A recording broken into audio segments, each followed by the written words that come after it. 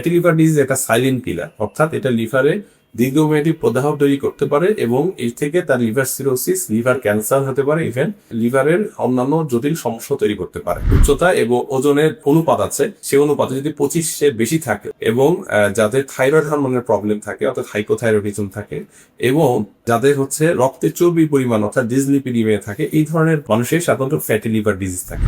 আসসালামু আলাইকুম, আমি ডক্টর তানভীর রহমান রাশেদ। আমি লিভার বিশেষজ্ঞ হিসেবে বর্তমানে রাজশাহী মেডিকেল কলেজে কর্মরত আছি। আজ আমি আপনাদেরকে ফ্যাটি লিভার ডিজিজ নিয়ে আলোচনা করব। ফ্যাটি লিভার ডিজিজ বলতে লিভারে যদি 5% বা 5% বেশি চর্বি জমে তাহলে আমরা তাকে ফ্যাটি লিভার ডিজিজ বলি। সাধারণত 5 ধরনের লোকের ফ্যাটি লিভার ডিজিজ হওয়ার সম্ভাবনা বেশি থাকে। এর মধ্যে যাদের উচ্চ রক্তচাপ থাকে, যাদের ডায়াবেটিস থাকে, যাদের স্থূলতা অর্থাৎ যাদের বিএমআই যেটা আমরা বলি, অর্থাৎ উচ্চতা এবং ওজনের যে অনুপাত আছে সেই অনুপাতে যদি 25-এর বেশি থাকে এবং যাদের থাইরয়েড হরমোনের প্রবলেম থাকে অর্থাৎ হাইপোথাইরয়েডিজম থাকে এবং যাদের রক্তে চর্বির পরিমাণ অর্থাৎ ডিসলিপিডিমিয়া থাকে, এই ধরনের মানুষের সাধারণত ফ্যাটি লিভার ডিজিজ থাকে। ফ্যাটি লিভার ডিজিজ একটা সাইলেন্ট কিলার, অর্থাৎ এটা লিভারে দীর্ঘমেয়াদী প্রদাহ তৈরি করতে পারে এবং এর থেকে তার লিভার সিরোসিস, লিভার ক্যান্সার হতে পারে, ইভেন লিভারের অন্যান্য জটিল সমস্যা তৈরি করতে পারে। সাধারণত লিভারের দীর্ঘমেয়াদী রোগের মধ্যে সবচেয়ে কমন বাংলাদেশে বি ভাইরাস এবং সি ভাইরাস। এই দুটি ভাইরাসকে অলরেডি আমরা নিয়ন্ত্রণে নিয়ে আসতে পেরেছি। আপনারা জানেন সি ভাইরাসের ক্ষেত্রে ওষুধ চলে এসেছে এবং এই ওষুধের মাধ্যমে সি ভাইরাসকে পুরোপুরি নির্মূল করা সম্ভব হচ্ছে।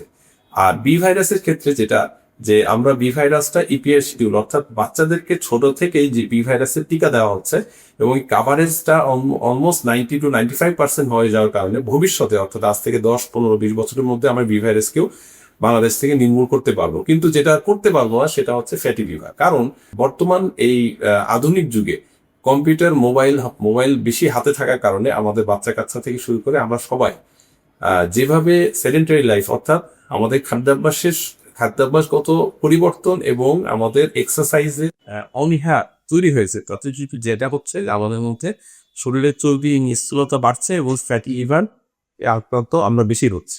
ফ্যাটি লিভার ডিজিজে 2টা সিমটমে আসতে পারে। একটা যে সিম্পল ফ্যাটি লিভার থাকে, অর্থাৎ তার লিভারে চর্বি আছে, আমরা আলট্রাসাউন্ড করে দেখতে পাচ্ছি তার লিভারে চর্বি আছে কিন্তু তার কোনো সিমটম নাই। সেক্ষেত্রে আমরা এই ধরনের রোগীদেরকে সাধারণত করি আপনি যদি খাদ্যাভ্যাস চেঞ্জ করেন, অর্থাৎ আপনার শরীরের ওজন কমান এবং আপনার খাবারের মধ্যে যদি কার্বোহাইড্রেট কমিয়ে দেয় তাহলে আপনার আস্তে আস্তে লিভারের চর্বি কমে যাবে এবং আপনি ভালো থাকবেন। আরেকটা কমপ্লিকেটেড ফ্যাটি লিভার, অর্থাৎ তার লিভারে চর্বি আছে এবং লিভারের প্রদাহ আছে।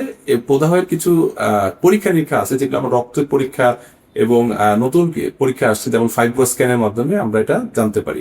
এই ধরনের রোগীরা উচ্চ ঝুঁকি সম্পন্ন, তাদের ক্ষেত্রে ভবিষ্যতে লিভার সিরোসিস যেটাকে আমরা ন্যাশ বলি এবং লিভার ক্যান্সার পর্যন্ত হতে পারে।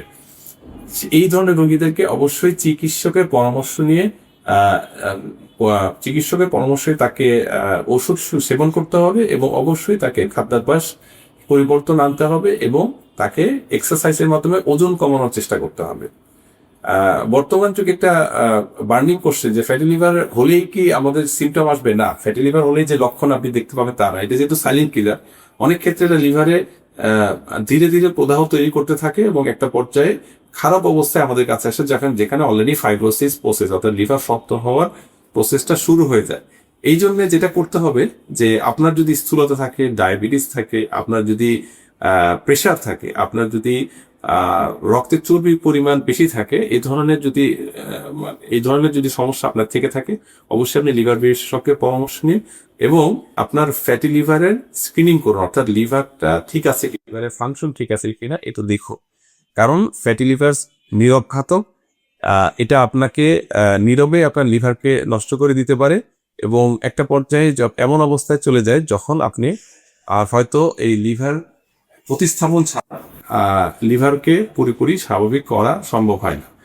আজই সচেতন হন, ভালো খাবার খান, এমন খাবার যেটা আপনার কার্বোহাইড্রেট কম, অর্থাৎ যেখানে আপনার স্থূলতা কমাবে এবং আপনার এক্সারসাইজ বাড়ান, অর্থাৎ আপনার শারীরিক পরিশ্রম বাড়ান, ওজনকে নিয়ন্ত্রণে রাখুন, তাহলে আপনি সুস্থ থাকবেন, ভালো থাকবেন।